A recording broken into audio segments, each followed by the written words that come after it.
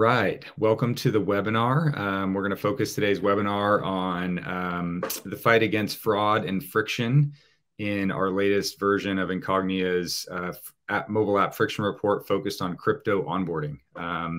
So with me today, we have Andre Faraz, Incognia co-founder and CEO. Welcome, Andre. Hi, everyone. Thanks for joining us. Happy to have you. All right, so we'll dive in here and give you first an agenda view on what we're going to cover in today's webinar. So we have three sections to focus on. First is going to be on market background. So really want to just level set on how we arrived at focusing on this report around crypto onboarding, some of the trends in the industry that are influencing the focus on this report. Secondly, we'll give you a taste and some of the top level observations around the Incognia friction report results that we just released earlier in February. And then lastly, give you some insight on how you can, some approaches you can take specifically with some specific unique approaches to mobile to fight back against fake account opening and onboarding fraud.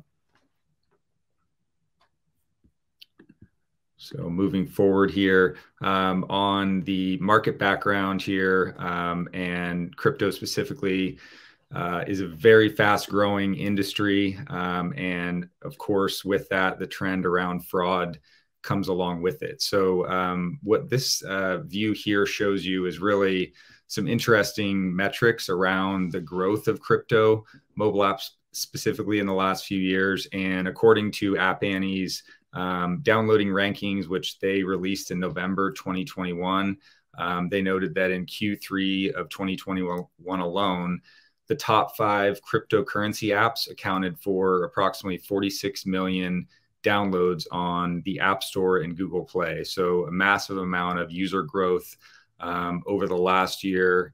And when you think about, friends, maybe yourself, family, talking to each other around, what you're seeing in the world, crypto is very topical. So these numbers, when I saw these numbers, it was no surprise to me, but it's still stark just in terms of the massive growth. So what this growth represents in 2021 is a 75% year-over-year growth between Q3 2020 and Q3 2021. And I think very interesting observation here when looking a little bit deeper at the report is the high growth of crypto apps being fueled by both two different profiles of crypto apps. One are more geo-focused, regionally specific crypto apps, such as CoinSwitch in India, as well as the dominant global financial services apps that have now expanded into crypto. So think PayPal, Robinhood. So the combination here has really fueled this massive growth.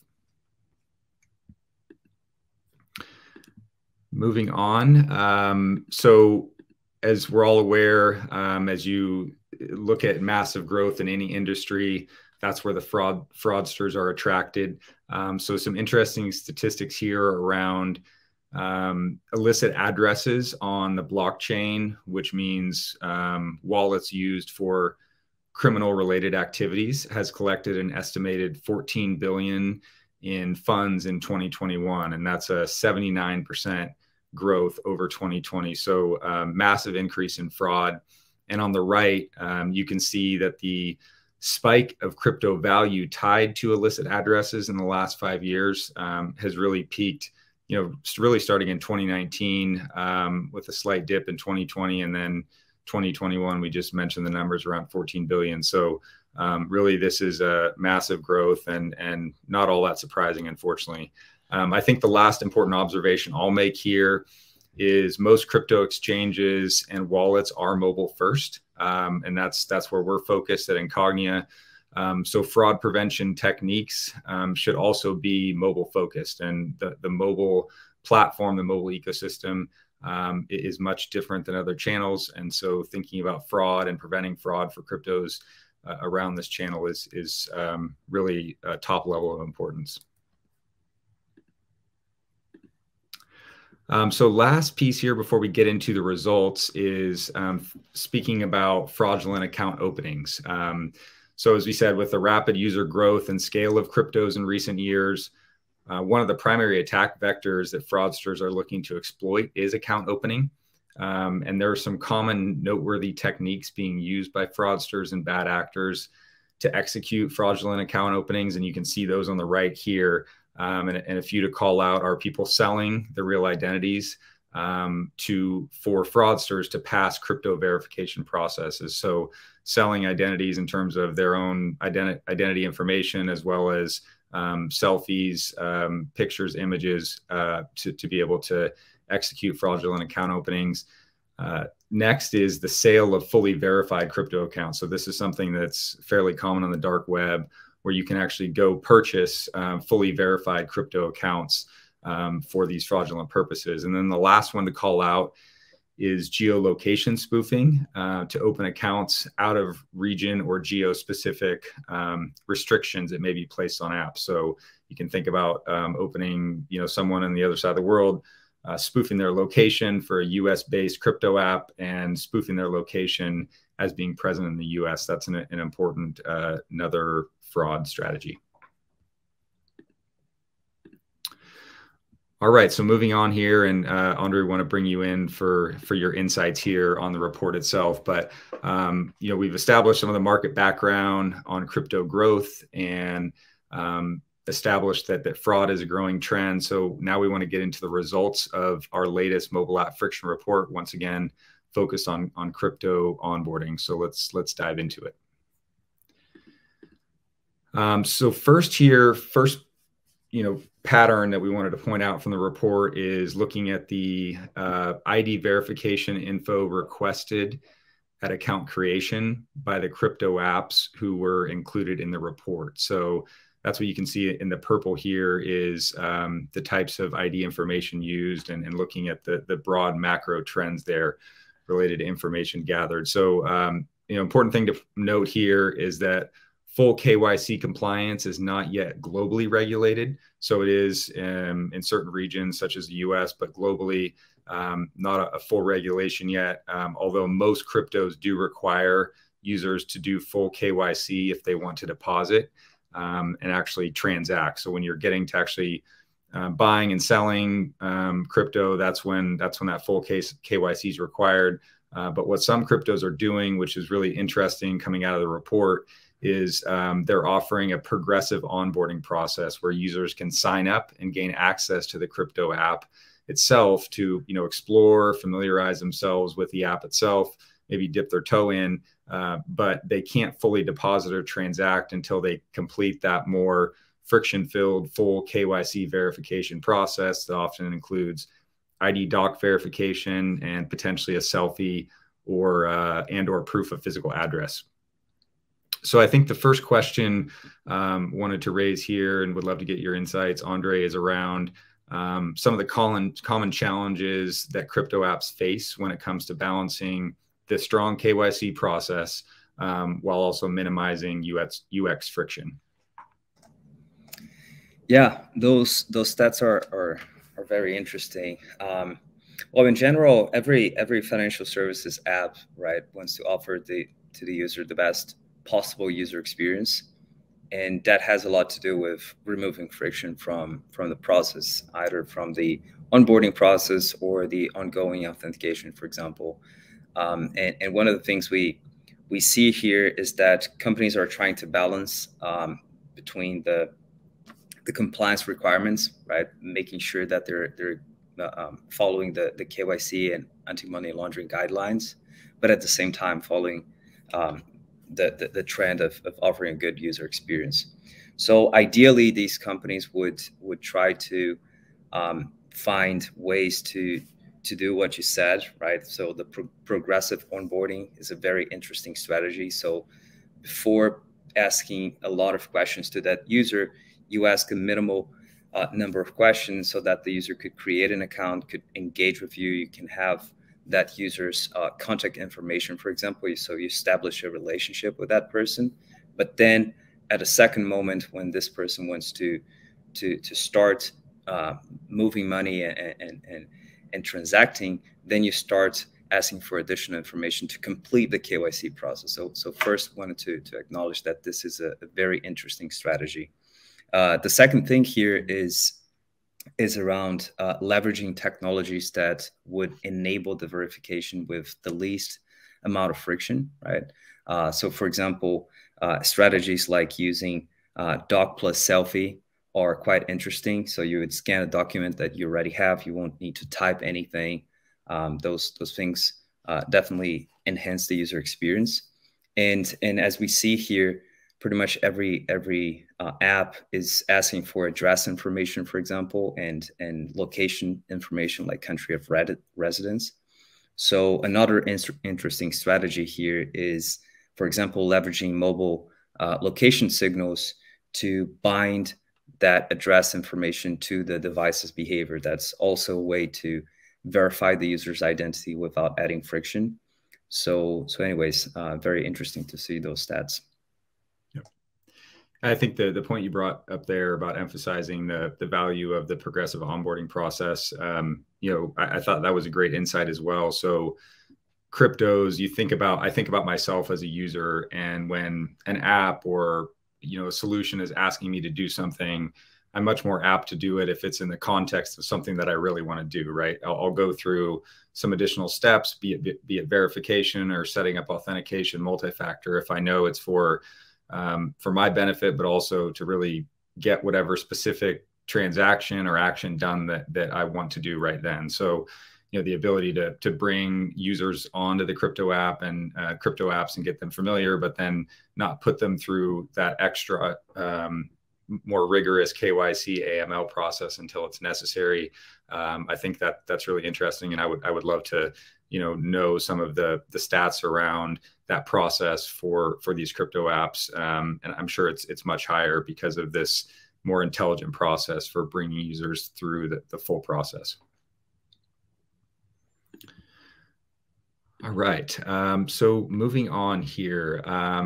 Next, just wanted to point out here some of the popular, and Andre, you spoke a bit about these. We touched on these briefly, but some of the popular ID verification methods that crypto exchanges and wallets use for new account creation.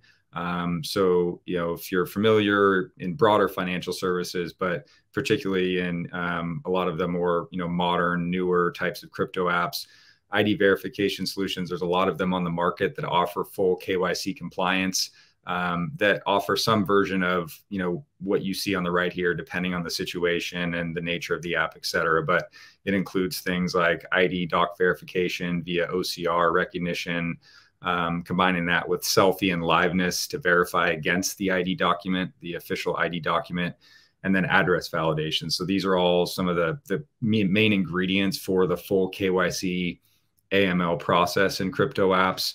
And so it's important to establish that. It's also, important, I think, to call out some of the challenges that come along with this full IDV process for KYC in terms of coverage, global coverage and scale. So for example, when you think about address databases in many geographies, they're not as, they may not be available everywhere, or if they are available, the coverage for users within those regions, those countries, those geographies are not always adequate enough for a large portion of the user base in those regions. So that's one challenge to call out. Another one when thinking about this is, protecting KYC compliance and onboarding is related to location spoofing. So mentioned this earlier, but to drill into this a little bit more specifically, a common technique used by fraudsters at account opening is using a VPN, virtual private network, to disguise an IP address to allow a fraudster to fake their location when opening an account. So this location spoofing technique allows a fraudster, once again, on the other side of the globe, to open an account with, let's say, a synthetic identity and pretend, for example, that they're in New York. So that's another consideration when you think about location relative to KYC onboarding. Last thing I'll mention here, and then we can take another question, is thinking about location compliance checked by the mobile phone IP address is not as effective as many different types of location spoofing techniques. So when you think about IP address for some of the reasons I just laid out, it's not as resilient to spoofing as other location-centric approaches, which we'll get into later. So that's another challenge related to that location spoofing topic. So in terms of a question here, thinking about all these IDV processes, what components do you think, Andre, contribute most to UX friction? And then secondarily, what types of alternatives can cryptos consider to improve this IDV process from a friction perspective? Perfect. Yeah. So ideally, we should seek technologies that would prevent users from having to type anything. So I really like the strategy of using OCR to read the information on your driver's license, for example, and autofill most of the fields that are required for you to prove your identity, right? So I think that's a pretty smart approach. Matching that to your selfie is also a good way to bind that document to your device, right? So your device is capturing that information right there, and the match is happening. Obviously, there are fraudsters that are quite sophisticated. They're using like deep fakes and other things to bypass this part of the process. But you're basically reducing the pool of fraudsters that are able to do that, right? So basically, this is a way to enhance the user experience and also leave opportunities for only the fraudsters that are highly sophisticated. Not every fraudster is able to do that. And then finally, I think another interesting data point here that you shared was around the location spoofing, right? Because these KYC processes, they require you to verify certain types of information. But unfortunately, there were a lot of data leaks in the past few months. And basically, those data points are now in possession of most fraudsters, right? They can go to the deep web and they can acquire that information. So in many situations, a fraudster is able to use this stolen information to create an account on your name, for example, or to create a synthetic identity, mixing data points from different identities. So one way to reduce the risk around that is to, for example, detect location spoofing and identify that, well, an identity that is associated to a specific country or state is closely, like that identity is being used by a device that is also located at that country or in that state. So that's another way to bind the device's behavior to the identity. Yep. I guess even taking that a step further is binding that user's identity and their declared address, which is part of the KYC process, to them being precisely at that address, right? Yep. In real time, which a little bit of a separate topic, but from the incognito side, we see a lot of strong correlation between users and the account opening process originating from those declared addresses. Yeah. But by the way, the last number I remember here is that we saw that within financial services apps, about 85% of the account openings occurred from home, right? So when you think about it, it's something that is highly predictable, right? When you're opening an account that requires that much information from you, you usually want to do it from a place that you feel safe and you have time to do it. So it's interesting to see that like 85% of those accounts are open when the user is at home. Agreed. Yeah, and it makes, I remember when I heard that stat, you think about your own life, what you do with your own financial services or important accounts. It really aligns with how I behave, right? So it provides that, it passes that kind of logic check when you think about your own behavior. Great. All right. So moving forward here, next we want to touch on most popular authentication methods, and not surprising that passwords and one-time passcodes via SMS are still the most dominant form of authentication. So It's interesting to look at the authentication component of the onboarding process in these crypto apps. Authentication is something that, obviously is continuous in the identity lifecycle, but that authentication and these authentication factors and mechanisms are established at account signup. So starting to look at onboarding and establishing authentication and onboarding is a really interesting angle to this report, and one I certainly enjoyed. So moving forward here, this section of the report does a nice job of getting into the most popular forms of authentication that cryptos enroll users in during signup. So you can see those different authentication forms in columns left to right here, and then the apps that we studied in the report vertically on the left-hand side. So not a surprise that more traditional authentication factors and verification options were still dominant, although these traditional methods like passwords and OTPs definitely contributed to higher onboarding friction. So no question there. And I think it's actually, before we get into a question, probably a good time to mention, as we're talking a bit about authentication here, that we're actually working on a next version of this report coming out later, actually in March. So coming out in about a month's time frame, that looks at crypto apps at the authentication process. So looks more in depth on this specific topic related to authentication. So stay tuned for that.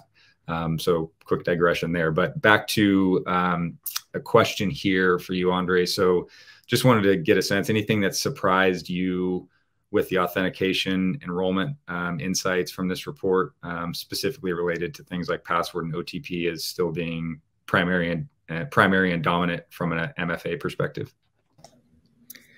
Yeah, well, unfortunately, I expected that OTP over SMS would be the primary second factor here, but that is quite concerning, right? And we've seen a lot in the news about what's going on with SIM swapping attacks and other forms of taking over user accounts, and that's actually something that even NIST has downgraded as an insecure method of authentication about 3 years ago. So it's something that is certainly not the most secure method of 2FA. And it's been one of the main reasons why people are having their funds stolen on these apps. So the issues with SMS go beyond SIM swapping. So there's also the possibility to hijack and intercept SMS messages at scale, which is a big issue here. Last year, we also had the T-Mobile data breach that enabled fraudsters to capture a lot of information from mobile customers. And that information is basically the source that is used by these fraudsters to social engineer the telcos themselves to switch a phone line from one SIM card to the other, right? So basically the SIM swap attack is around the fraudster calling the telco, right, and saying, well, hi there, I'm Andre, this is my social security number, this is my phone number, I just got this new SIM card, I want you to transfer to this account, right? If I'm in possession of all of Andre's data, I can easily convince the operator on the other side that I'm the owner of that identity and I should transfer this, and they should transfer this phone line to my SIM card. And basically, by doing that, this person captures the most important piece, so they can then take over the user's account, right? Because even if they don't know the password, for example, they would try to reset the password, and the password reset process might come over SMS. So you basically find there a very big hole, a security hole, so you can exploit and invade user accounts. So it's quite unfortunate to see this. I hope that in a year from now, once we do the new version of this report, we find a different picture. Agreed. And I think just the last point I'll add there is, when thinking about passwords, certainly to a degree, I know that's a well-worn discussion. Everybody wants to move beyond passwords, but thinking about OTPs, and getting to the title of the report, the friction report, there's a level of friction with OTP, right? There's contact switching between your SMS app, your mobile app, or maybe it's your web login. If it's email, that layers on another layer of friction. So there's inherently a level of friction there, just because of things like contact switching, remembering your passcode. I know sometimes when I get into an app and it's a 6-digit OTP, which it commonly is, that's a bit easier to remember. But when you add a few more digits on there, for some reason, it's harder, right? So simple things like that really do introduce additional friction that can be frustrating for users. Yeah, and don't forget your seed phrase, otherwise you're going to be locked out. Yes. Won't be access your Bitcoin. One other thing I wanted to point out here, which most people think is one of the most secure forms of authentication, is biometrics. But we got to be careful, because most of the like biometric systems that are from the operating systems, in this case iOS and Android, also has as a fallback usually a 4 or 6 digit PIN code, which is not the most secure type of password, right? Is only numbers. It's a limited number of digits, and that's the fallback. So that's actually the real level of security of most on-device biometric systems, because if the fallback is the 4 or 6 digit PIN code, that means that I simply can put something on top of the camera that's going to trigger the fallback, right? And then if I have possession of those 4-digit PIN codes, I can access that user's accounts too. So when we're evaluating biometric security systems, we want to make sure that that is not the only thing that's in place, because the fallback mechanism is not the most secure. Yep. Great point. Great point. All right. So moving just the last 2 pieces here on the report results before we get to the last section. So wanted to just up level this, kind of the top level takeaways in terms of the report here. Is the average time that we observed to create a new account on a crypto mobile app. So we measured about 19 apps, I think, overall between wallets and exchanges for the report. So the average time for account creation was 1 minute 53 seconds. You can see on the right here right-hand side, average number of screens and average number of fields for the user to complete. So really good just to be able to kind of benchmark, right? Whether you're one of the crypto apps in this report, you're another crypto app that's not on the report, kind of looking for some insights on the competitive landscape, or even if you're not a crypto, you're a financial services app or another app that has a more KYC-ish onboarding process. This is hopefully really valuable information. One thing I wanted to point out here is it is important to acknowledge that Incognito's report focuses on the onboarding process that is observable in the UX itself, right? So when we looked at these apps, it was what we can see from the user experience and what we can infer in terms of techniques and strategies that these crypto apps are using. So that said, it's important to acknowledge that, and then it's the right time to ask the question of you, Andre, what kinds of frictionless verification methods could be used, but we weren't able to identify because they were, silent and kind of behind the scenes. Yeah, perfect. Well, there are mainly 3, right? The first one is a very old technique called device fingerprinting. So in this way, you basically create a unique identity for a device, right? And based on that, you're able to verify if that device was previously seen, if it has a good reputation, if it was involved in many other account openings, for example, because it should not be normal behavior for someone to open, for example, 10 crypto accounts in a single day from the same device, right? So basically, using device fingerprinting enables these apps to recognize those devices and evaluate if they should accept new accounts coming from those devices or not. So that's one thing. The other is behavioral biometrics. Behavioral biometrics is mainly used for bot detection, right? So you understand like how a user is typing, holding their phone, and doing like how do they interact with that device. So it's a good way to identify bot activity. And also some people are using it as a way to create an identity for a user. Unfortunately, those signals are not accurate enough, so they require a lot of like model training and tuning to become precise. So it could take a long time of implementation to get there, but that's another technique.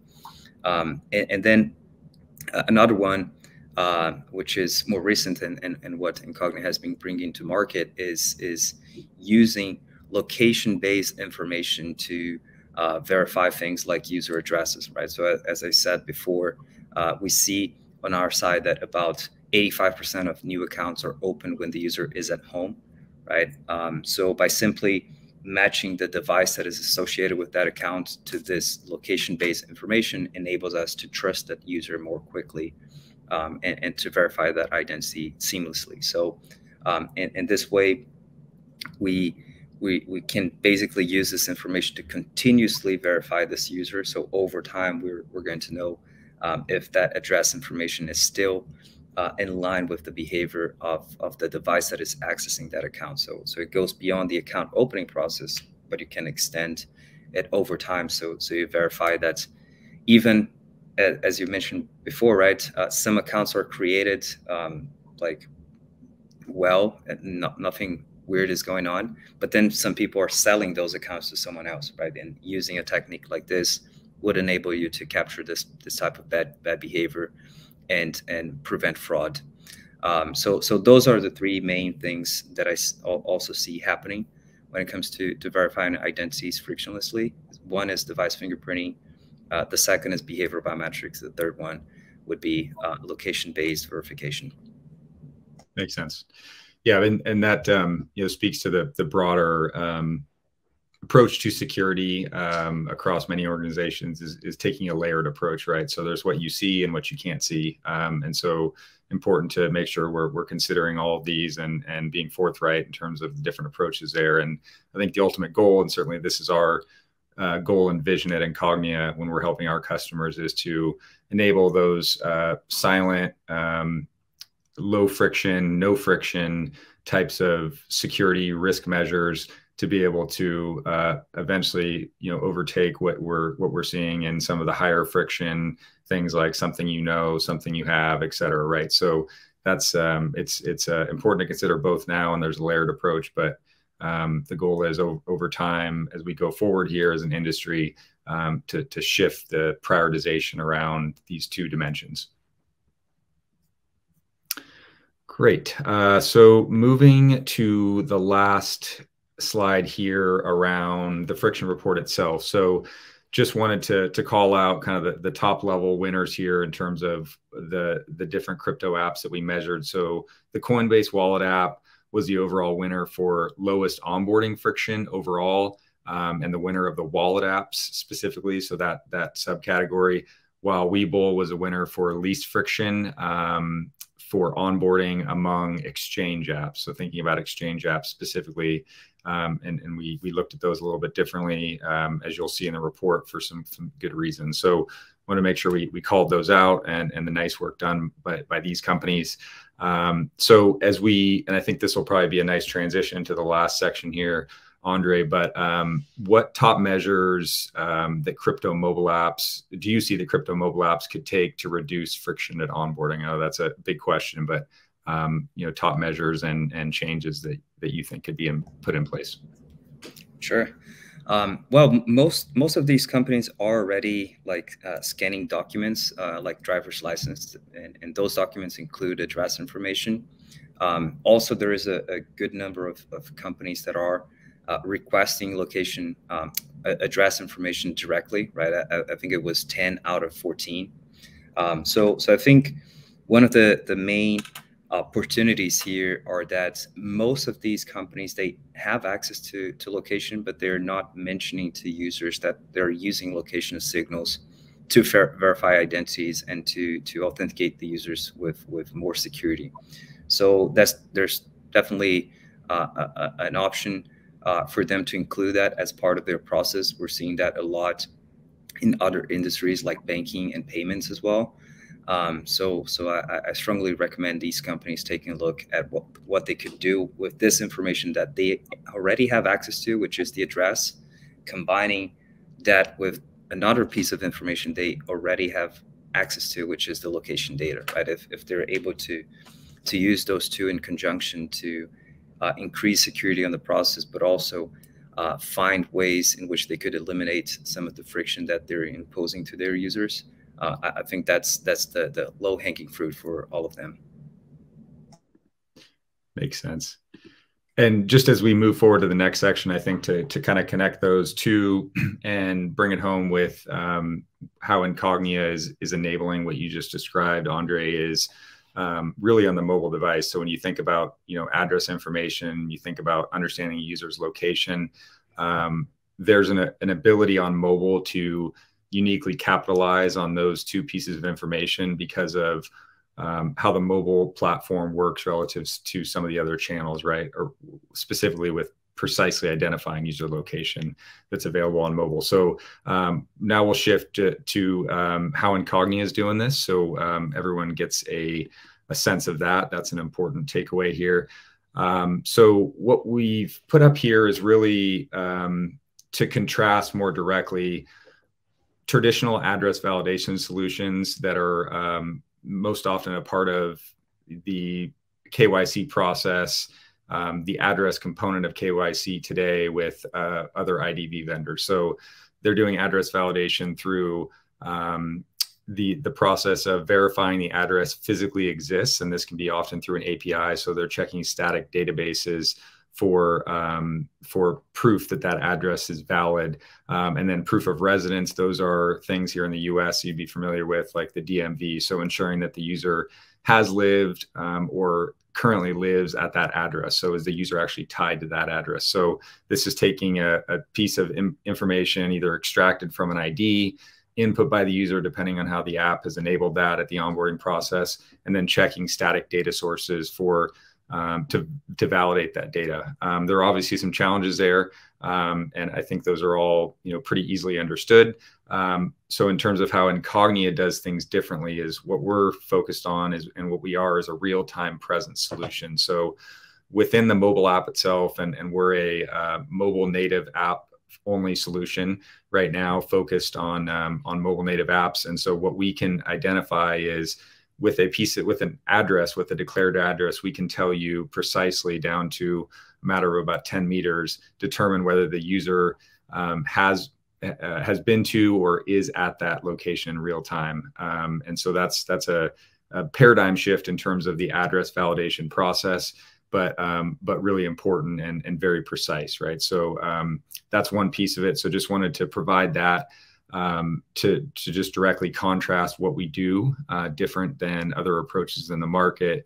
And then as we move forward here, when you think about applying this concept or these two concepts, static databases or real-time presence, when you think about global scale of that solution, that's where the value prop increases, right? So static databases, as we talked about, these are spotty in different regions and different geographies and for certain types of user bases. In reverse lookup services, there's countries with very robust databases where coverage can be about 70%, and that remaining 30% is really kind of unverifiable with some of these traditional approaches. And then there's other markets where the match rate and the percentage is much lower because of the infrastructure, right? So that's one piece of it when you think about this from a global perspective.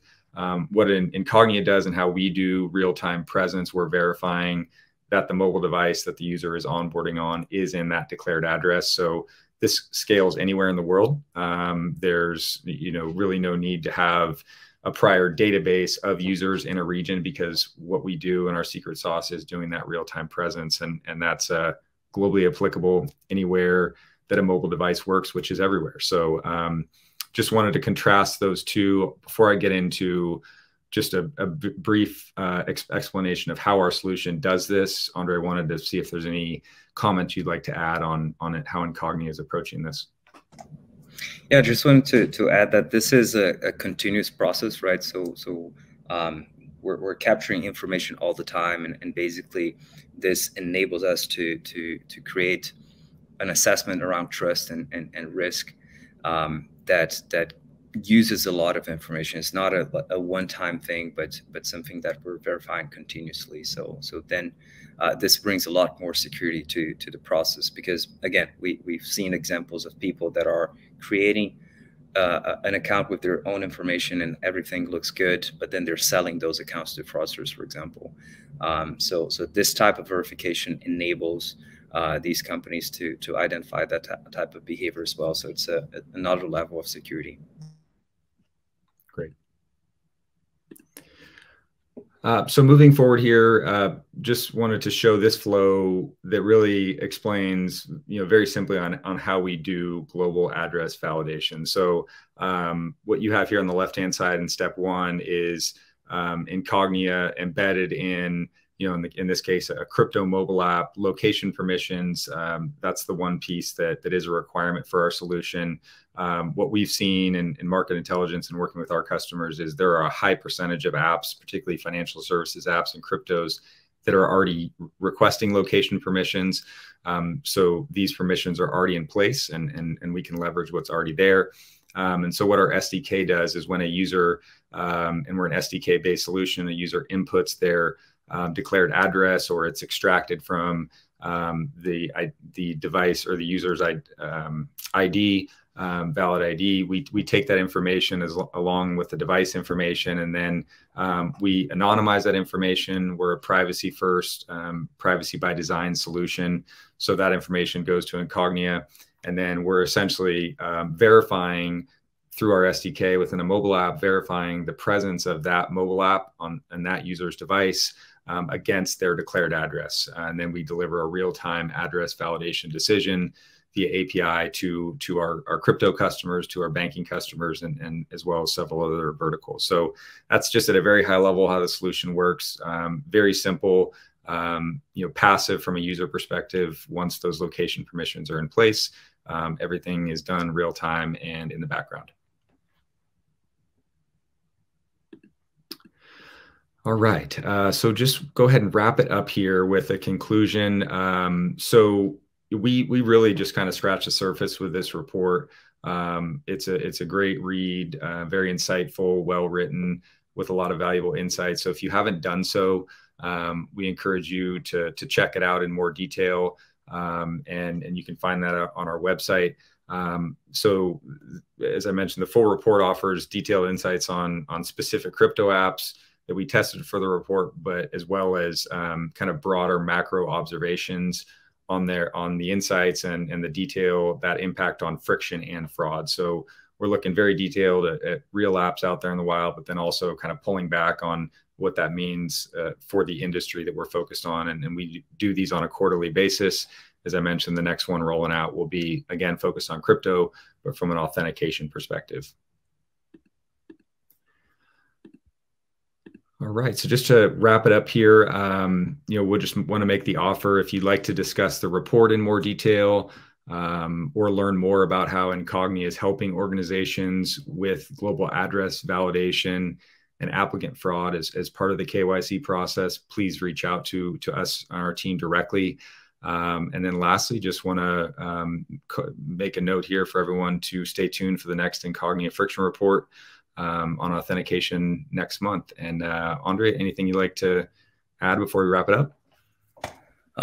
Yeah, I just wanted to reinforce the point I brought earlier, which I said that address validation is certainly a low-hanging fruit for the crypto apps, so they could provide a better user experience, but also increase security and prevent fraud. But one important comment here is that you should only do that yourself if you already have in place a very strong location spoofing detection technology.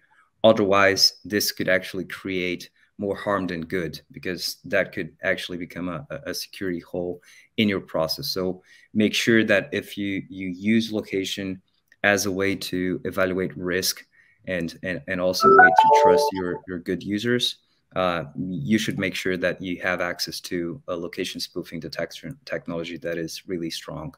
But anyways, just wanted to point that out so people don't go out there and start leveraging this data without knowing all the consequences. But yeah, great to be here, and thanks everyone for the presence. Great. Thanks, Andre. Thanks for everyone for attending, and we'll see you on the next session.